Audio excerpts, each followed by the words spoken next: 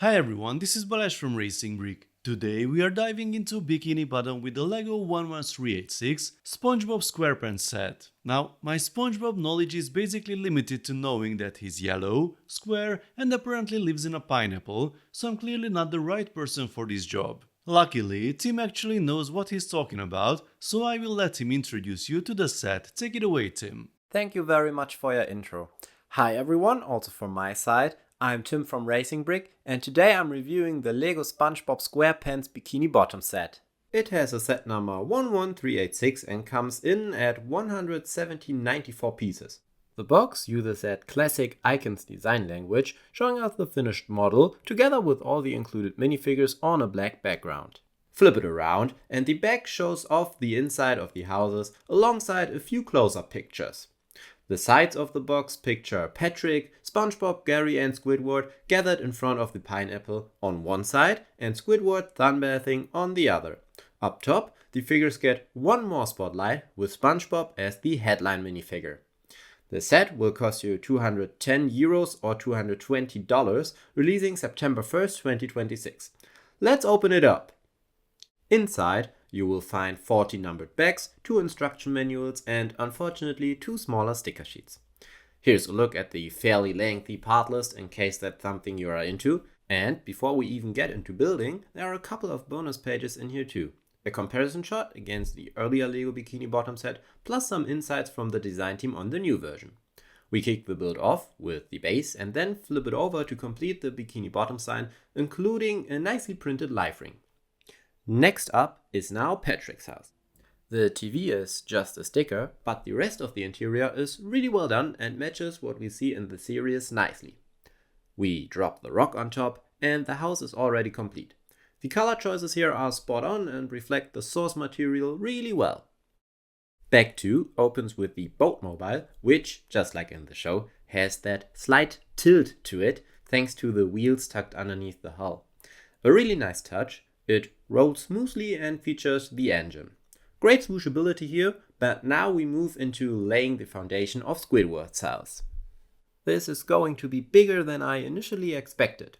Bag 3 starts with the painting that hangs inside, unfortunately another sticker, and the exterior cladding. We build up the next level and add the door. There's a surprising amount of color variation in the parts here, but the end result still holds up well. Inside, we add a sheet of music, his clarinet, very important, and his personal armchair. Above that, we build out the bedroom, including his nightstands, which turned out really nicely, before adding the roof to close out that level. His bathroom comes fully equipped with a toilet that was surprisingly creative to build, plus a shower curtain sticker applied to the inside of a curved slope piece. In contrast, the windows of Squidward's house are actually printed, and we also add the house signature nose. This is looking really close to the original design already.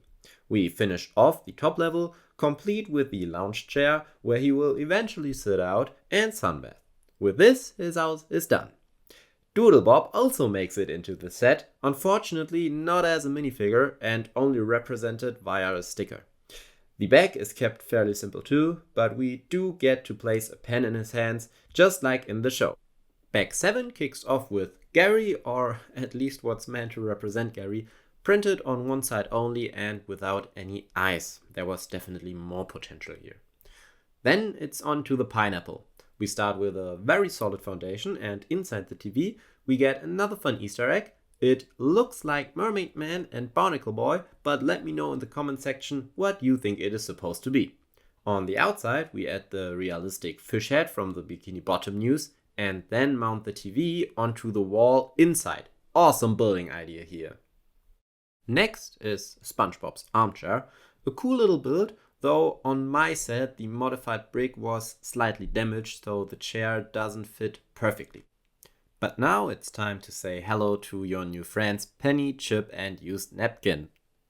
The printed picture looks better than the Gary included, and we add the next level on top. The door into the pineapple is surprisingly sturdy and opens outward, while Squidward's door, just like in the show, opens inward. Nice attention to detail here.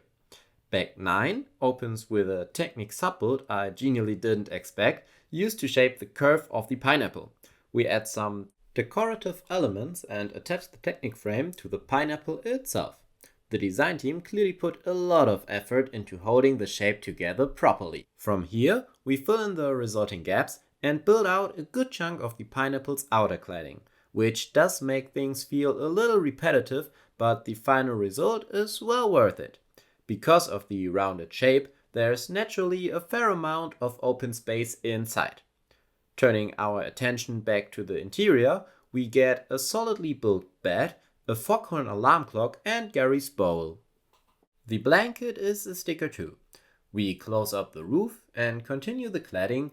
Honestly, it's genially impressive how well that pineapple shape comes together even up on the roof. From here, we add the leaves of the pineapple and some more cladding, which is of course repetitive, but that's just part of the building process for sets like this. We add the bubble details, and with that, our pineapple is finished.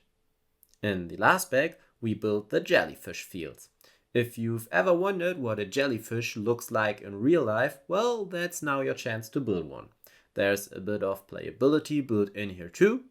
Sadly, the sign is a sticker, but the result still holds up well and can be connected to the rest of the buildings via a clip. Finally, SpongeBob also needs to offer his bubble blowing lessons. Unfortunately, both are stickers. Let's talk about the included minifigures: Patrick, Squidward, SpongeBob, and if you want to see them as minifigures or add-ons, Gary and Doodlebob. There's not a huge amount to say about the last two. Good that they're included, but the overall execution isn't fully there. Let's talk about the three main characters, starting with Patrick. He comes with a brand new mold that gives him a slightly more rounded, chubbier look, matching how he appears in the show. The transitions appear much more smoothly than I initially expected. He also comes with dual molded legs for his shorts. Squidward is probably the perfect Squidward minifigure. I honestly wouldn't know what to improve here. He got dual molded arms, his tentacles are printed onto the legs, and the head mold is sensational. A 10 out of 10 for me. SpongeBob also got a brand new mold with printed legs. From the back, all three figures hold up really accurately too, and there's very little to criticize here. The one questionable design choice is probably why SpongeBob has fully white arms, when in the show he's usually wearing a short-sleeved shirt. That said, the print on the shoes is really well done, his shoulder print looks great, and his smile and sponge texture come through nicely. Interestingly, SpongeBob's trouser piece is entirely new, with the arms attached as pins directly into the body, which is likely why dual molding wasn't possible here, and compared to earlier SpongeBob minifigures, this version is noticeably larger, and I think his sponge shape and texture are represented far better as a result. Overall, this is a really good set and a strong representation of parts of Bikini Bottom. Sure, some buildings and characters are missing, but you can still recreate plenty of iconic scenes, jellyfishing, or moments around SpongeBob's house. I'm pleasantly surprised by how much attention the designers paid to the details and how many references ended up packed into the set. All the figures have plenty of room to actually do stuff inside their builds. As for displayability, you are given plenty of options here. The boat mobile is probably better suited for Patrick or Squidward, since SpongeBob himself doesn't really fit in it properly. It is fine, but the proportions feel a bit off. It raises a question of whether you would even want to drive SpongeBob around in it. Naturally, Patrick works great here, and you can recreate plenty of iconic scenes around his rock too. This set is absolutely something for anyone chasing that nostalgia. The smaller things, sticker choices, or why only one ad is included for jellyfishing when SpongeBob and Patrick go jellyfishing together so often, that keep this from reaching total perfection. So is this set for you? If you want a Bikini Bottom on your shelf, this is by far the best option. The earlier SpongeBob sets don't come close to matching what's on offer here. Otherwise, there's currently only one SpongeBob set available in the LEGO catalog, and the proportions here feel a bit off. Something I imagine will bother a lot of people. So, is this set worth $220? That's a lot of money for a relatively modest price count. But once you factor in the level of detail and the nostalgia factor, I think plenty of fans will be willing to pay it. Personally, I feel the price is set a bit too high, though that doesn't take away anything from the quality of the set. This is genuinely a good build. Aside from the Technic substructure in that the pineapple, the building techniques are at times repetitive, but that's just how house buildings tend to go. Thanks to the details and the scenes you are constructing during the process, you won't get bored during building. Whether we will see more SpongeBob sets down the line remains to be seen. Worth remembering, this launched as part of the Icons lineup rather than getting its own dedicated theme. Here's hoping we eventually get a Krusty Krab. At least from where I'm standing, that's the most likely next step for the series. I hope you enjoyed this video. Please let us know if you will pick this set up, and I'm looking forward to seeing you in the next one.